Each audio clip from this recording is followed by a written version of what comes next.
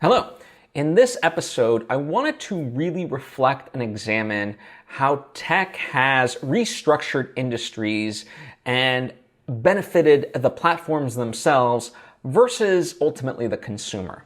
Now, I'm not the first person to talk about this, and I certainly won't be the last, but I wanted to filter it through my lens and really look at it from the perspective of, let's say, entertainment and so forth, and how it affects creatives within this ecosystem of the platforms as well as the consumer, and just offer kind of insights and what I'm seeing into it. And furthermore, I invite you to be part of that conversation. Comment down below. This isn't me just highlighting, this is the way forward, this is what must be done. I think this is very much an open-ended conversation, and that's what's going to make things better.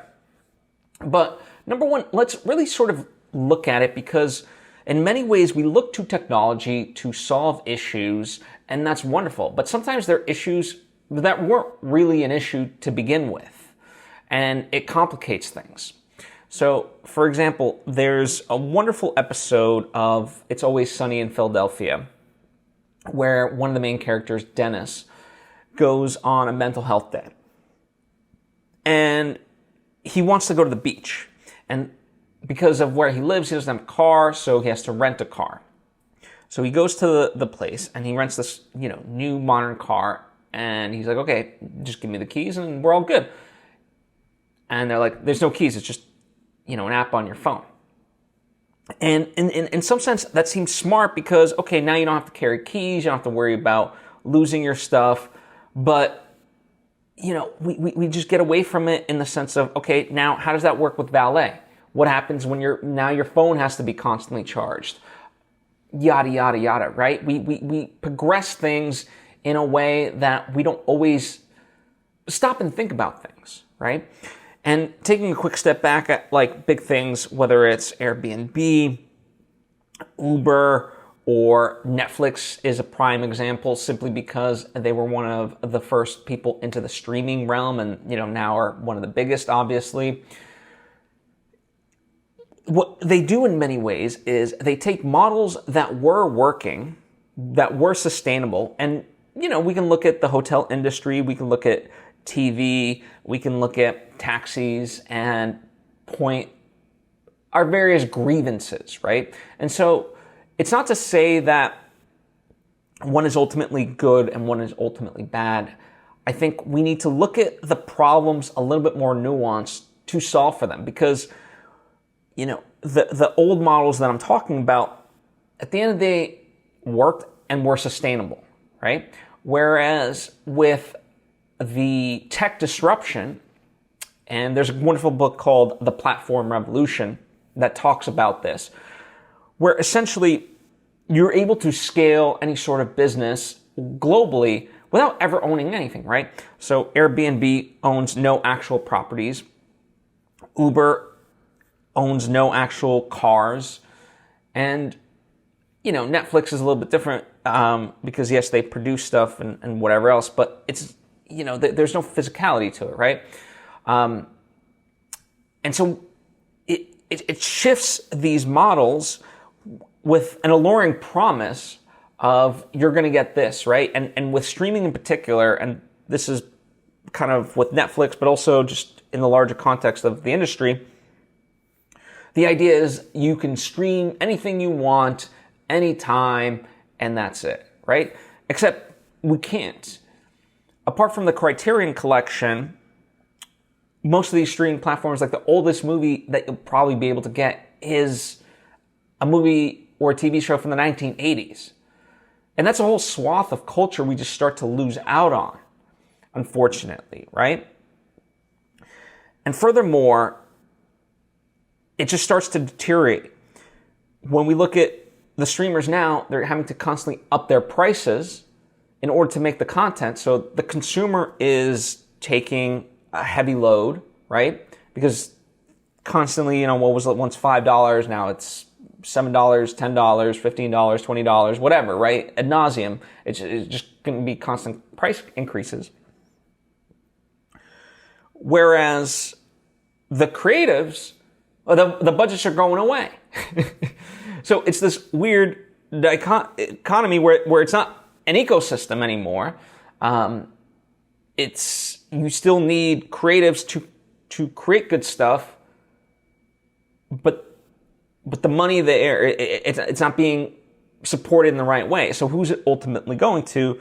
Well, these companies and so forth, the stock value and things of that nature. And listen, I'm no expert in the stock market, things like that nature, but just from my stupid understanding of things, when I watch Shark Tank, right? The businesses that go on there constantly get knocked for their valuations. Oh, that's too high a valuation. That's too high a valuation. And the sharks themselves kind of knock them down a peg based on the business that they're doing at that point in time. And so the funny thing is, that's how that works on that TV show. So we try to use that as a way to knock other people down. And yet a lot of these companies have extreme valuations based off of like the supposed tech that they own and potential future profits and yada yada. But it's all conflated when in reality, it's not how much of the money they're bringing in. And all of this starts to just become a bubble, and eventually all this stuff bursts. And ultimately, who ends up paying for it? Well, just like with the 2008 recession, it ends up being the taxpayers that bail out the banks and so forth. And so, in an odd way, especially, as these platforms happen, it's like all responsibility is off of them, and we have to bear the brunt of it. And especially as I keep kind of going back to with the entertainment space, we're left to just be the creators, right? And you can argue as far as the platform revolution, you can lump in social media into it. So let's say YouTube and TikTok, Instagram, Facebook, whatever. But I'll point to YouTube and TikTok specifically because those, in terms of creatives, allow people to make money. It seems the most accessible, I guess. Maybe that's a false viewpoint on my part, but I see a lot of TikTok creatives, and seemingly they're making a lot of money. YouTubers can make a lot of money. And I know you can make money through Instagram and all that. That's just a little bit different and so forth. The point being that at the end of the day, even with that in place, it pushes you to really create your own infrastructure to be able to churn this out. Now, on paper, that sounds great because of the democratization of it, but it also does leave just a giant gap further and further, right? Even YouTube kind of has this shift where anyone with like episodic stuff, it's going to be able to be viewed better on YouTube TV in terms of its episodes. So essentially you're watching like a true TV series. And that's great for the people that already have that business model in place, that are at that level where they can be creating that content on that scale.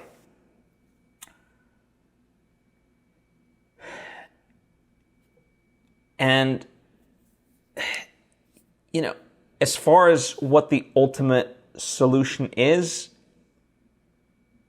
I don't know. I just know as we're all trying to figure it out, it needs to be more sustainable, no different than, as AI enters the picture, it's like, okay, AI can replace potentially people. So then what happens, right? And part of my sort of outlook on it is, okay, well, why don't we have machines and things like that replace us to the point that maybe we could actually go out and enjoy life and each other, right? And that's a very utopian idea to aspire towards. And it's seemingly capitalism would rail against that. But that is my true desire if we're going to progress forward with all this, which it seems like we are, right? That the genie's out of the bottle, especially with AI, and so it's how to make where we're headed work for more people, as many people as we can.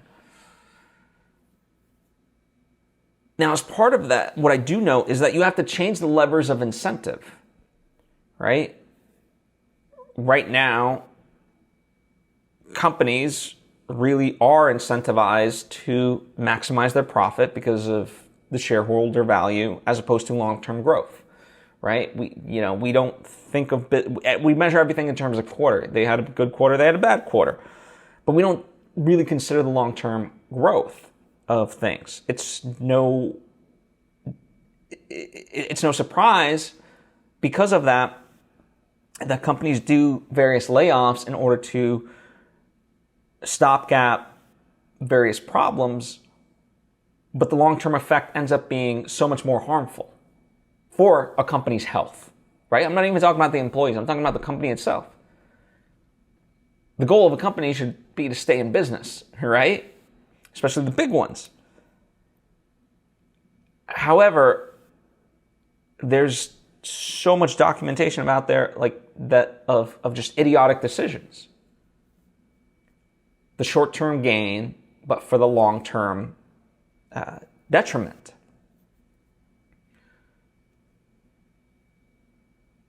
And as we continue towards all this technology, we just have to figure out a way to make it work, and listen, I'll admit I bought into the various hype of a lot of this. I remember for years we would have various arguments, my peer group,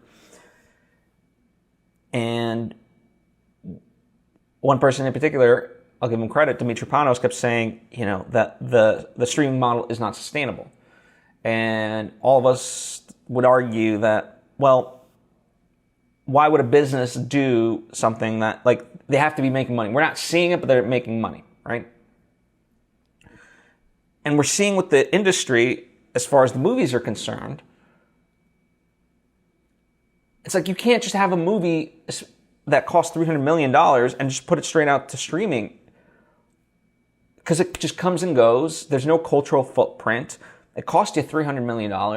And how do you recoup that along with the rest of it when, even at best, let's say you're charging a $50 subscription fee, how are you going to, it just doesn't start to add up. Whereas, with the movie industry that was in place, people pay to see a movie and that makes money. And then eventually there was video on demand and stuff like that. There was a whole downstream effect of revenue. Now, there's just essentially one source for a lot of these movies. It's very rare for movies to go to theaters at this point. A lot of them just go straight to streaming. And how do you recoup that? So it becomes this unsustainable thing, and the bubble keeps going. And as I pointed out earlier, who's going to ultimately pay that price? Well, in this instance, the creatives, because they're not able to create, but also ultimately the consumer, because they're going to be paying a lot of money. And, I know the joke is that Netflix doesn't create... I think their TV shows are, for the most part, good. But as far as their movies, I can't recall any movies that actually have a good cultural footprint, for the most part. I mean, you could point to some that have gotten Oscar buzz in the past and whatnot, but they come and they go for the most part, and they cost a lot. So none of this is sustainable ultimately, and at this point, I feel like I'm starting to go in circles, so I'll wrap it up. But we have to prioritize the long-term effects of this. As time goes by, the quote from Jurassic Park by Jeff Goldblum's character, Dr. Malcolm, where he says, I'm paraphrasing, but the problem with your scientists, John, was that they were too busy trying to figure out whether or not they could. They didn't stop to think about whether or not they should, right? And that's kind of the situation we find ourselves in with a lot of this. And as time goes by, we're going to need to more and more quickly start to get to solutions, because unfortunately it is not sustainable. The thesis I opened up with is that a lot of this technology has taken stuff that works, that had a built-in model, and just gutted that model with no ultimate actual plan in place. Except that it's different and alluring. So, there you have it, for whatever that's worth to you. I wish I had better answers.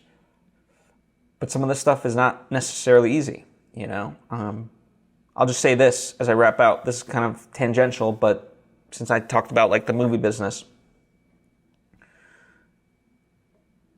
having higher ticket prices and stuff like that, because the movie industry, it's in the past few years has been dying out. And you can point to the streaming as an effect of it, but I think there's other factors as well. And I think it's going to take multiple solutions for it to ever regain and be healthy. But one of the things that's always been pointed out as like the movies was a form of art that started off, so people can have a place to escape, during the Great Depression. Like that's kind of when things took off. And it's because tickets were cheap. And now tickets aren't cheap. And yet, on Discount Tuesdays nationwide, that's one of the highest days of the week that people go see movies because of the discount. And so if we start to not have things be so premium, that might be an entry point. So that's what I got for you. Honestly, the most optimistic and hopeful, but what I do know is nothing happens without conversation and thought, and that's what I wanted to get at today. Thank you for taking the time to tune in. I appreciate you. I'll see you